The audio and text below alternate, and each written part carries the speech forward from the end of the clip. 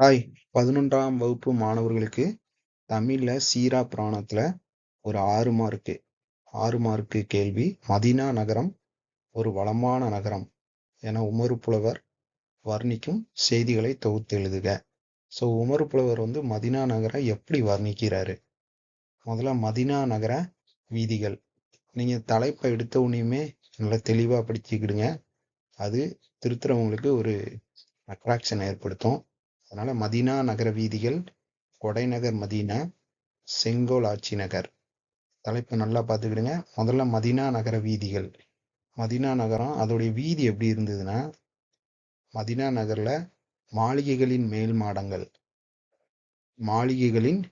மாடங்கள் மேருமலை போல் உயர்ந்திருந்தன. உவமை எப்படி பயன்படுத்தியிருக்காங்க பாருங்க. மேருமலை அப்படிங்கிறது உத்தரகாண்ட்ல இருக்கிற ஒரு பெரிய மலை. அந்த மலை உயரத்துக்கு அந்த மாளிகை மேல் மாடங்கள் உயர்ந்திருந்திருக்கு. அங்காடி தெரு, பொருட்கள்லாம் வாங்குவோம் இல்லையா, பஜார்னு சொல்லுவோம்.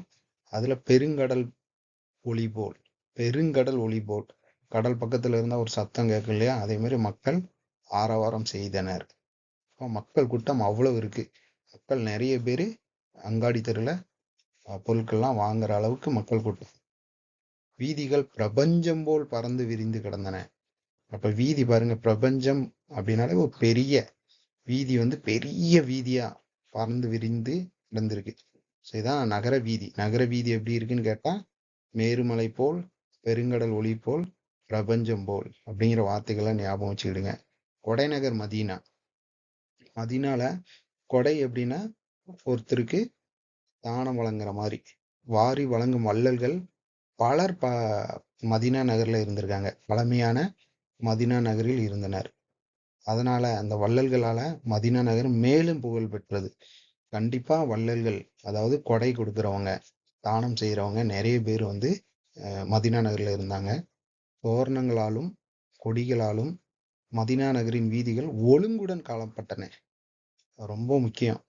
தோரணங்களும் கொடிகளாலும் நம்ம திருமணம் ஏதாவது ஃபங்க்ஷன்னா பார்ப்போம். ஆனா மதீனா நகர் நார்மலாவே தோரணங்களாலும் கொடிகளாலும் ஒழுங்குடன் காணப்படுது. செங்கோல் ஆட்சி. செங்கோல் ஆட்சினா நீதி அப்படின்னு ஆச்சு. அது நகர் மதீனா நகர்னு சொல்லுவாங்க. மதீனா நகரோட மாளிகைகள் வெண்ண சுண்ண சாந்தில், அதாவது சுண்ணாம்புன்னு சொல்லலாம். வெள்ளை கலர்ல அடிப்பாங்க இல்லையா, வெள்ளை அடிக்கிறதுன்னு சொல்லுவோம் நம்ம. வெண் சுண்ண சாந்தில் ஒளிர்ந்தன. வீதிகளில் புதிய மலர்கள் சிந்தி கிடந்தன. அப்போ தினமும் திருவிழா மாதிரி தான், நம்ம திருவிழாக்கு தான் அந்த மலர்களை சிந்துறதெல்லாம் பார்க்க முடியும். ஆனா மதீனா நகர்ல வீதிகளில் புதிய மலர்கள் சிந்தி கிடந்தன. அவ்வளவு செழிப்பா இருந்திருக்கு. விருந்தினர் உபசரிக்கப்பட்டதால் வீடுகள் திருமண வீடு போல் ஒளிந்தன. அப்ப விருந்தினர்கள்லாம் வந்தா இப்போ உள்ளவங்க சரியா கவனிக்கிறது இல்லை. ஆனா மதீனா நகர்ல விருந்தினர்கள் நல்லா உபசரிக்கப்படுதாங்க, நல்லா கவனிக்கப்பட்டாங்க. அதனால திருமண வீடு போல் பொழிஞ்சிருக்கு. பகை, வறுமை, நோய் இல்லாத மதீனா நகரம். யாரும் யாருடன் பகை கிடையாது, வறுமை கிடையாது, நோயும் இல்லை மதீனா நகர்ல. மானுட அறத்தை கடைபிடிக்கும். சரினா சரி, தவறுனா தவறு. மானுட அறத்தை, நீதி, நேர்மை, நியாயம் சொல்லுவோம் இல்லையா, அது. மானுட அறத்தை கடைபிடிக்கும். செங்கோல் ஆட்சி புரிவது போல், தவறு செய்யறவங்களுக்கு சரியான தண்டனை, அது யாரா இருந்தாலும். பெரும் புகழ் பெற்று சிறந்தது மதீனா நகரம். சரிங்களா? நெக்ஸ்ட், தீன் பழுத்த நகர் மதீனா. பல்வேறு மொழிகள் பேசும் மக்கள் நிறைஞ்சிருந்தாங்க மதீனா நகர்ல. மணி முத்துகளை சிதறும் கடல் போல் மதீனா நகர் காட்சியளித்தது. அப்போ பல்வேறு மொழி பேசுற மக்கள் அங்க இருந்திருக்காங்க. தானம், தவம்னா முனிவர்கள்லாம் இருப்பாங்க இல்லையா, தவம். ஒழுக்கம், ஈகை, கொடை பண்பு. ஈகைனா கொடை.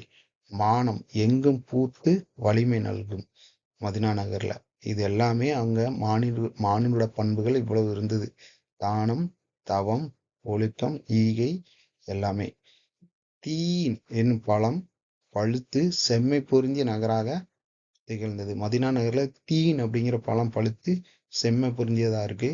இதே மாதிரி நீங்க 4 மார்க் கேள்வியில மதீனா நகர் மாளிகை நகர்னு கேட்டா கூட கொஞ்சம் அந்த மதீனா நகருடைய வீதிகளை பத்தி நீங்க எழுதிக்கலாம். சரிங்களா? தேங்க்யூ.